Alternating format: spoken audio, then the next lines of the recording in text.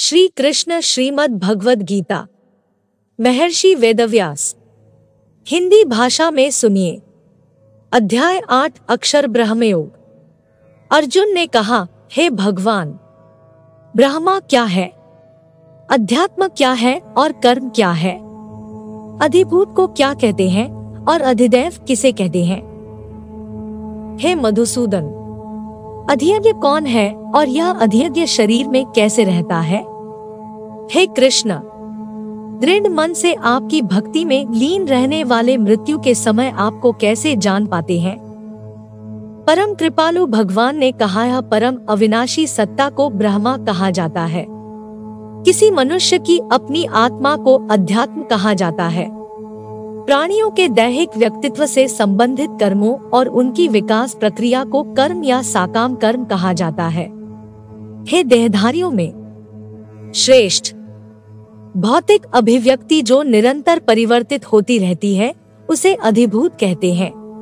भगवान का विश्व रूप जो इस सृष्टि में देवताओं पर भी शासन करता है उसे अधिदैव कहते हैं। सभी प्राणियों के हृदय में स्थित मैं परमात्मा अधियज्ञ या सभी यज्ञों का स्वामी कहलाता हूँ।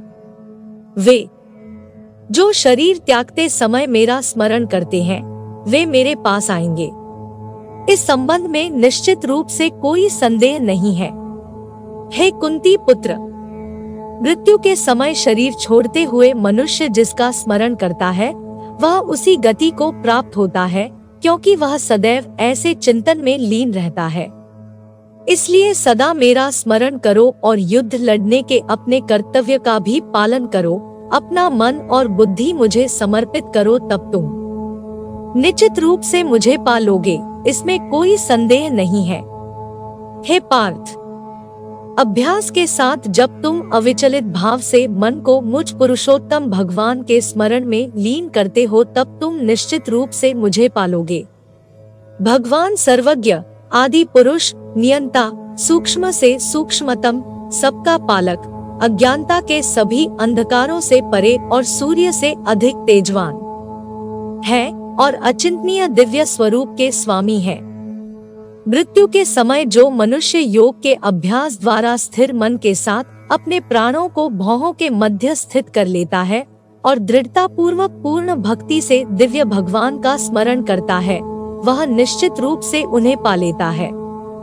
वेदों के ज्ञाता उसका वर्णन अविनाशी के रूप में करते हैं।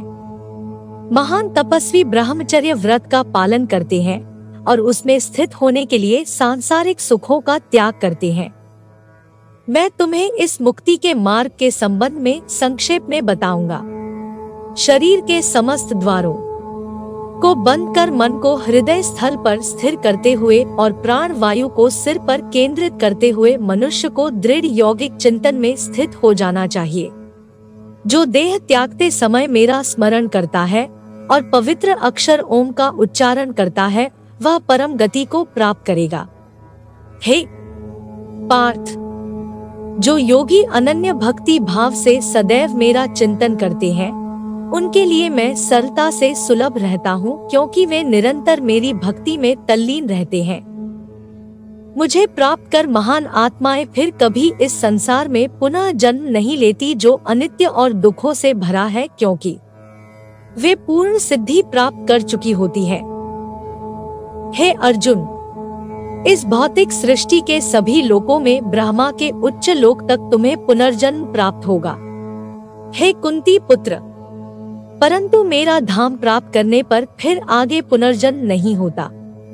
1000 चक्र के 4 युग महायुग का ब्रह्मा का कल्प 1 दिन होता है और इतनी अवधि की उसकी 1 रात्रि होती है। इसे वही बुद्धिमान समझ सकते हैं जो दिन और रात्रि की वास्तविकता को जानते हैं। ब्रह्मा के दिन के शुभारंभ पर सभी जीव अव्यक्त अवस्था से व्यक्त होते हैं और रात्रि होने पर पुनः सभी जीव अव्यक्त अवस्था में लीन हो जाते हैं। ब्रह्मा के दिन के आगमन के साथ असंख्य जीव पुनः जन्म लेते हैं और ब्रह्मांडीय रात्रि के आने पर अगले ब्रह्मांडीय दिवस के आगमन पर स्वतः पुनः प्रकट होने के लिए विलीन हो जाते हैं। व्यक्त और अव्यक्त सृष्टि से परे अन्य अव्यक्त शाश्वत आयाम है जब सब कुछ विनष्ट हो जाता है किंतु उसकी सत्ता का विनाश नहीं होता। यह अव्यक्त आयाम परम गंतव्य है और इस पर पहुंचकर फिर कोई नश्वर संसार में लौट कर नहीं आता। यह मेरा परम धाम है। परमेश्वर का दिव्य व्यक्तित्व सभी सत्ताओं से परे है।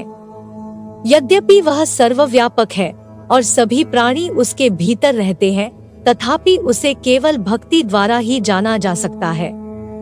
हे भरत श्रेष्ठ, अब मैं तुम्हें इस संसार से दूर विभिन्न मार्गों के संबंध में बताऊंगा। इनमें से एक मार्ग मुक्ति की ओर ले जाने वाला है और दूसरा पुनर्जन्म की ओर ले जाता है।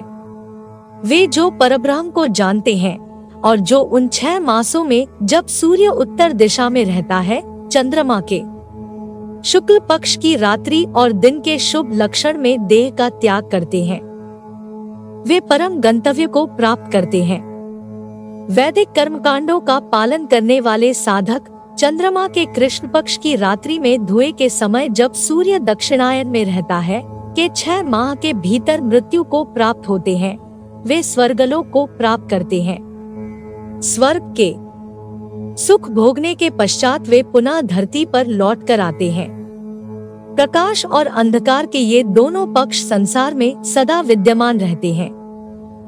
प्रकाश का मार्ग मुक्ति की ओर तथा अंधकार का मार्ग पुनर्जन्म की ओर ले जाता है। हे पार्थ, जो योगी इन दोनों मार्गों का रहस्य जानते हैं, वे कभी मोहित नहीं होते, इसलिए वे सदैव योग में स्थित रहते हैं। जो योगी इस रहस्य को जान लेते हैं, वे वेदाध्ययन, तपस्या, यज्ञों के अनुष्ठान और दान से प्राप्त होने वाले फलों से परे और अधिक लाभ प्राप्त करते हैं। ऐसे योगियों को भगवान का परमधाम प्राप्त होता है।